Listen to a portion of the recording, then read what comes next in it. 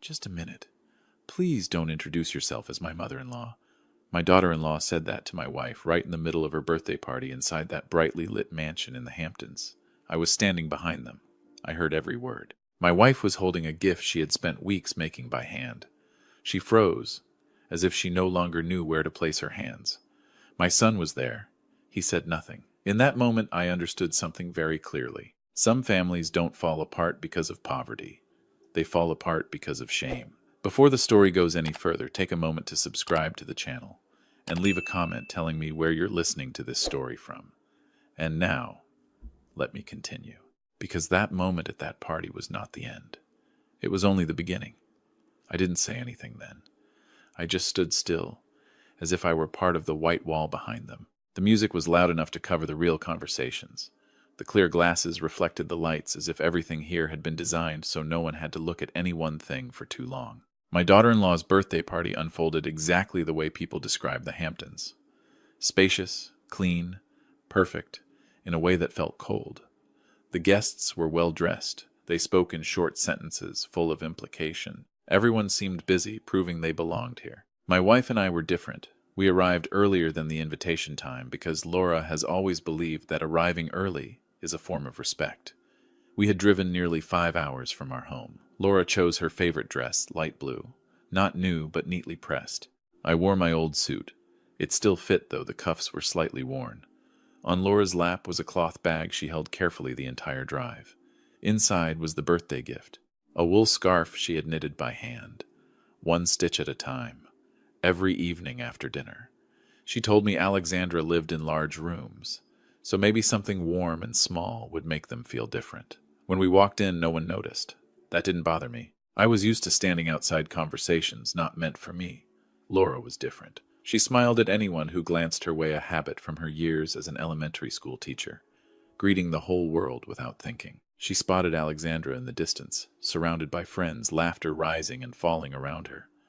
Laura gently squeezed my hand. Her eyes lit up in that familiar way I had known for decades. Whenever she was about to do something for family, she walked toward them, holding the cloth bag close to her body. I followed a few steps behind, not out of hesitation, but because I wanted to let her move naturally. That was when she was stopped. No one around seemed to notice. Just a light touch on the arm, a smile that never changed, and a sentence lowered just enough for only 2 people to hear. I heard everything, more clearly than I wished I had.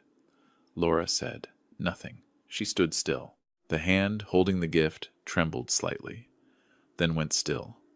I saw her eyes. They weren't wet, but the light that had been there seconds ago was gone. She nodded very softly, as if she had just been reminded of a rule she never knew she had broken. Then she stepped back, standing beside me. The cloth bag now hung lower, near her knees. Jacob was not far away. He saw everything.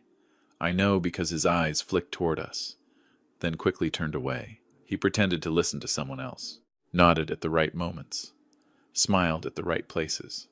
His silence wasn't loud, but it was clear enough for me to understand that in that moment he had chosen a side. We stayed a little longer. Laura no longer tried to start conversations. She sat on a chair near the window, looking out at the carefully trimmed garden. I poured her a glass of water and placed it in her hand, out of old habit. She took a small sip, set the glass down, and folded her hands together. I didn't ask anything. Some questions only make things heavier. Around us, the party went on. People laughed, raised their glasses, took photos.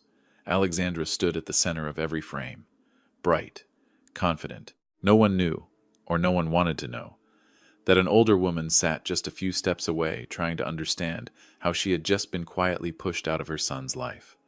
At that moment, I didn't feel angry. Not yet. What I felt was something very clear, very cold, slowly forming in my mind. I looked at this house, the white walls, the perfectly arranged objects, and I wondered how many of these things would truly stand if people stopped pretending. Laura turned to me and said softly that she was a little tired. I nodded. I took her hand. I felt the familiarity of that skin, and I realized something simple. Some introductions in life don't need words, and some silences, when they last long enough, become an answer. We left the party after the sky had darkened. There was no loud goodbye, no explanations. I simply draped a coat over Laura's shoulders and walked her to the car, the way I had done for many years. On the drive home, she stared out the window for a long time. I knew what she was thinking. I didn't ask. Some memories don't need an invitation. They find their own way back. As the wheels settled into a steady rhythm on the highway, I thought about a time when everything was simpler. When Jacob was little, he used to sit on my workbench, playing with leftover pieces of wood in the shop. I worked from early morning until late at night. 14 hours a day was not uncommon, not because I liked being away from home, but because I wanted to make sure my son would not have to start life with the same limits I had. Laura taught during the day. In the evenings, she tutored. Some nights, she fell asleep at the table, books still open. We never called it sacrifice. We called it what needed to be done. Jacob grew up in good schools. He learned how to speak with confidence, how to stand straight when entering a room, how to hide hesitation. I was proud of him. Laura was, too. Whenever he achieved something, she told the neighbors, old colleagues, as if his success were a reward for her quiet years. I never imagined that one day those very things would become what made him uncomfortable. After marrying Alexandra, Jacob began to change. Not all at once, more like a thin layer of dust settling over time. He started avoiding small family gatherings. Calls became less frequent. When we met, he often adjusted my shirt cuff, almost unconsciously. Laura noticed before I did. She began buying new clothes, even when she didn't need them. She asked me if her coat looked too old. I said no. She hung it back anyway. Alexandra entered Jacob's life like a door opening to another world. I don't deny that. She was used to parties, large houses, relationships built on business cards and knowing looks. I thought that if Jacob was happy, we could learn to step back. But stepping back does not mean being erased. At the time, I couldn't yet name that difference. Once at another party, I heard Alexandra talking to her friends. I wasn't standing too close, but close enough. She laughed and said her parents-in-law were people who used to work for others, now retired. She said it lightly, as if it were an unimportant detail in a story about houses, trips, and the life she was building. Jacob stood beside her. He didn't correct her. He nodded, out of habit. I didn't step forward. I didn't walk away either. I just stood there and remembered. That night, Laura asked if I had heard anything. I said yes. She was silent for a long time. Then she said that maybe we were no longer keeping up with our son's world. I didn't answer. I didn't think the problem was about keeping up. I thought the problem was, when did roots become something to hide? Those memories returned more clearly after the party in the Hamptons. I looked at Laura sitting beside me in the car. Her hands rested quietly on her lap. I remembered her standing in front of a classroom, voice warm, teaching children how to respect one another. I wondered if some of those lessons had never reached our son. When we got home, Laura placed the cloth bag on the table. The wool scarf was still inside, unopened. She touched it, then pulled her hand away. She said maybe the gift wasn't appropriate. I looked at the scarf. I thought about the evenings she spent knitting it, one steady stitch at a time, never rushing. I told her the problem wasn't the gift. That night I didn't go to sleep right away. I sat at the kitchen table, the same place where we once helped Jacob with homework, where we talked about his dreams. I thought about what had happened, not to decide who was right or wrong, but to understand.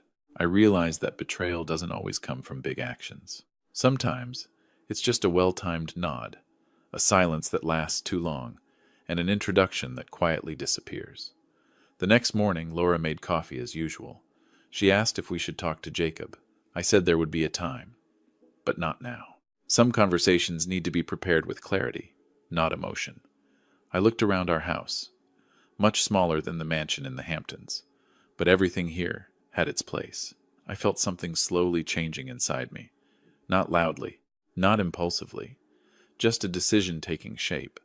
Gradually, the same way I have done everything my whole life. That decision didn't come from a moment of impulse. It came the way dry wood cracks after days in the sun, quietly, inevitably. I watched Laura as she set her coffee cup down, her hands calm as every other morning. She didn't ask anything more. She had known me long enough to recognize when my silence was just silence, and when it had begun to take the shape of something that needed to be done.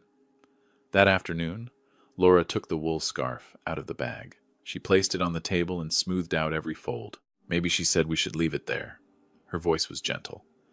No blame. I nodded. I asked her to give me the envelope that went with it, the one I had prepared earlier. Not for the party, but for a day I knew would come. I didn't explain. She didn't ask. Evening came quickly. I called my lawyer when the kitchen had gone quiet. He answered after the second ring. A familiar voice. Calm. I spoke briefly. No stories. I asked him to prepare the files, to review old documents, agreements I had signed years ago, when Jacob was still in college, when my small investments had just begun to stand on their own. I didn't mention the party. I only said it's time to close a door. I remember those years clearly. Selling my first piece of land, signing my name with a trembling hand, not from fear, but from unfamiliarity with closed rooms and measured words. I had worked with wood my entire life. Wood does not lie. But I also understood that to protect a family sometimes you need papers more rigid than any plank. I held the title to the Hamptons property from the beginning. I set up a trust so Jacob would have a foundation. Not to show off, but so he would never have to bow his head to anyone. I never imagined that foundation would be turned into a step to walk away. That night, Laura went to bed early. I stayed up organizing things the way I always did. No long list, just a few tasks. In order, I placed the wool scarf into the envelope, along with a short note. Not a reproach, just a belated birthday wish. I wanted this gift to be the last one we gave, without explanation.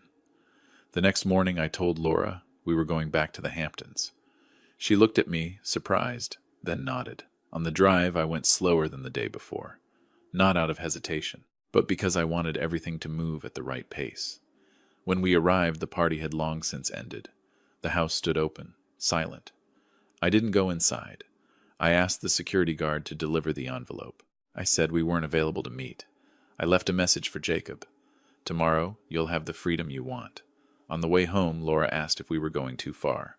I said no. Freedom isn't something others grant you. It's something that appears once the ties are faced honestly. She didn't say anything else. She leaned her head back and closed her eyes. I knew she was sad. I also knew she understood. That evening my phone vibrated. Jacob was calling. I didn't answer. I let it ring out, then turned the phone off. Not to avoid him, but to give future words a place to stand. I opened the files that had arrived by email, printed them, stacked them neatly. The numbers, the clauses, everything was clear. I read slowly, line by line, the way I read blueprints before cutting wood.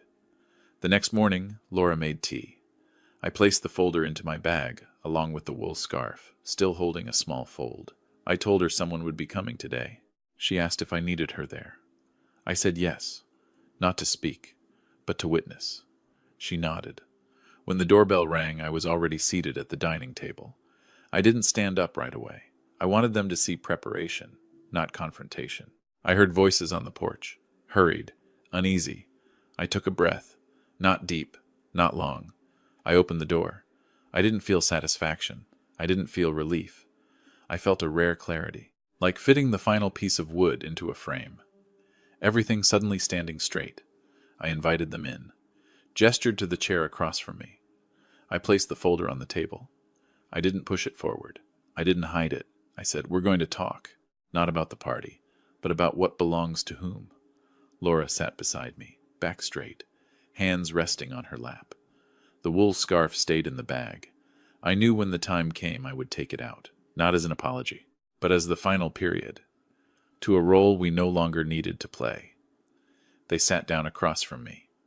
Jacob leaned forward. Alexandra kept her back straight, her eyes sweeping the room quickly, as if assessing a place that no longer belonged to her. I let them speak first. The complaints came out hurried, loosely arranged, about us leaving the party too early, about making someone uncomfortable, about interrupting their image. I heard enough to understand one thing. In their version of the story, our silence was the mistake. When they stopped, I opened the folder. Unhurried, I laid each page on the table neatly, letting everything appear in its proper order. I said we would not talk about feelings. I said today we were talking about ownership. The room went quiet. Alexandra tilted her head slightly, as if she wasn't used to a conversation turning in this direction. I started with simple facts. The Hamptons property. Whose name it was in. Since when? I pointed to the lines. The dates were clear. I spoke about the trust, its original purpose, its conditions, and what had been misunderstood over time. Jacob stared down at the table. I didn't look at him. I wanted the words to stand on their own, without needing my eyes. Alexandra let out a small laugh, disbelieving.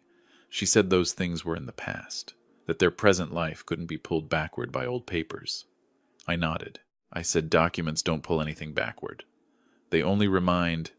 I said in this house everything has its place, including the truth.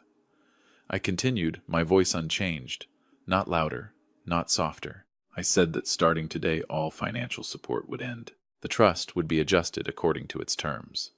The Hamptons house would be reclaimed on the schedule already prepared. No surprises, only timelines. I placed the pen on the table beside my signature, a quiet signal that the explanation was complete. Jacob looked up. For the first time since he arrived, he said I was making things more complicated. I asked him calmly what had become complicated first. He didn't answer right away. Alexandra spoke instead. She said we were overreacting to a small misunderstanding at the party. I shook my head. I said, there was no misunderstanding here. There was a choice, and there was a long silence that had turned that choice into a habit. I opened my bag and took out the wool scarf. I placed it on the table between us. I said Laura had knitted it one stitch at a time, on ordinary evenings, with no spotlight. I said this gift didn't ask for an introduction. It only needed to be picked up with respect. Alexandra looked at the scarf, then at Laura. Her expression changed. Not quite regret, more like realizing something had just slipped out of her hands. Laura didn't speak. She sat upright, like someone who had spent a lifetime letting students understand the lesson for themselves. I said that if we had ever been called by another name in public, then today we were stepping out of that role. I said a builder has the right to leave a structure when it no longer needs honesty. Alexandra stood up. She spoke quickly. Too many words. Trying to keep her voice steady. She talked about reputation, connections, plans already arranged. I listened. Then I said those plans had been built on a false assumption. I said wealth is not something borrowed to hide origins. It is something you are responsible for. Jacob stood up after that. He looked at Laura, then at me. He said he never expected things to come to this. I said they had been coming here for a long time. We just hadn't looked away today. I said the freedom he wanted, the freedom of not introducing, was now in front of him. He could take everything that was his. What wasn't should be left behind. They left in silence. No door slammed, just footsteps moving faster, then disappearing. I sat back down. I didn't feel light. I didn't feel heavy. I felt right. Laura placed her hand on the table near the wool scarf. She let out a very quiet breath. I folded the scarf carefully and put it back into the bag. That afternoon I called my lawyer again to confirm the timeline. Everything moved as prepared. No rushing. No prolonged arguments. I looked out the window. Sunlight touched our small garden. I thought about the mansion in the Hamptons.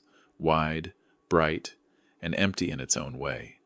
I felt no regret, only that everything had been returned to its proper name. That evening Laura asked if we had hurt anyone.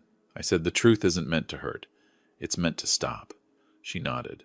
We sat quietly, said nothing more. Some climaxes don't need applause. They end in a silence deep enough for everyone to hear themselves. The days that followed moved slowly to a very different rhythm. No more phones ringing nonstop. No more circular explanations. I woke up early, made coffee for Laura, opened the windows to let the sunlight in. The quiet wasn't emptiness. It felt like a room that had just been cleaned, where everything finally had its place. We followed the plan we had set. The Hamptons mansion was put on the market. I didn't go back there. I didn't need to see the white walls or wide windows again to know what I was leaving behind. I knew exactly what I was keeping. Laura was different. She spent time rereading her old notebooks. Names of students, short comments, written in blue ink. She said that if she could, she wanted to do something for children like those who once sat in her classroom. Children who tried hard but lacked opportunity.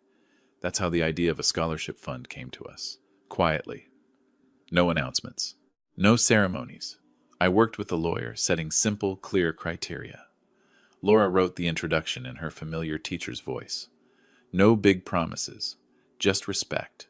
And perseverance. When everything was ready, we signed our names side by side. I noticed Laura's hand was steadier than I expected. We sold the large house and moved into a small wooden home near a lake. No tall fences, just a narrow path leading to the water. In the mornings, I fixed the porch, replaced a few old boards. Laura planted more flowers. Neighbors stopped by to say hello. No one asked where we came from or where we used to live. They just asked if we needed an extra chair in the evening. I realized then, respect sometimes comes from very small things. Jacob called a few weeks later.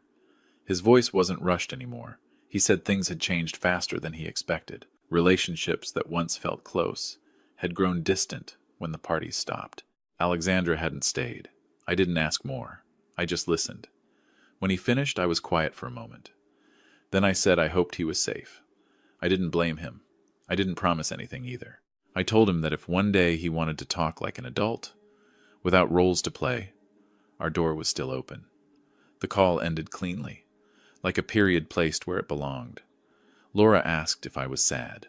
I thought for a moment and said, some sadness doesn't need to be fed. It comes to remind you to look back, then it leaves. She nodded. She understood that better than anyone. Autumn arrived. The lake lay still. I sat on the porch, sharpening a few old tools. Laura brought me a cup of tea. We sat side by side. No need to talk much. I thought about the wool scarf, now folded neatly in the closet. It was no longer a rejected gift. It had become a keepsake, a reminder that things made by hand and by time don't need to be displayed to have value. The scholarship fund began receiving its first applications. Laura read each letter slowly.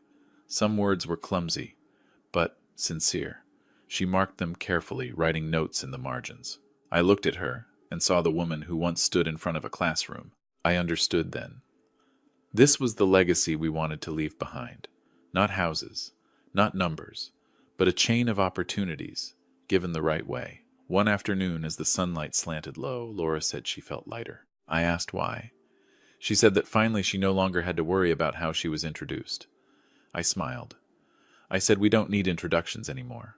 We're living in the role that's truly ours. That night I wrote a few lines in an old notebook, not to claim credit, not to assign blame, just to remember. I wrote that some families stand because of money, and some stand because of self-respect. When forced to choose, I know which one I chose.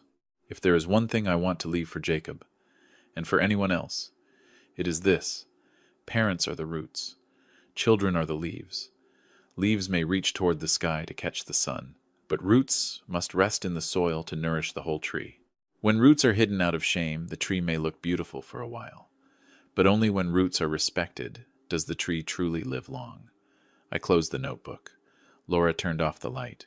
Outside, the lake reflected a quiet sky. I didn't think about what was lost. I thought about what was kept and felt that it was enough. Thank you for listening to my story. If it touched you in any way, please tap, like to support it, subscribe so you don't miss the next story, and share it if you think someone else might need to hear this. Every like, every subscription gives us the strength to keep telling slow, honest, meaningful stories about family self-respect and choosing what is right. I'll see you in the next story.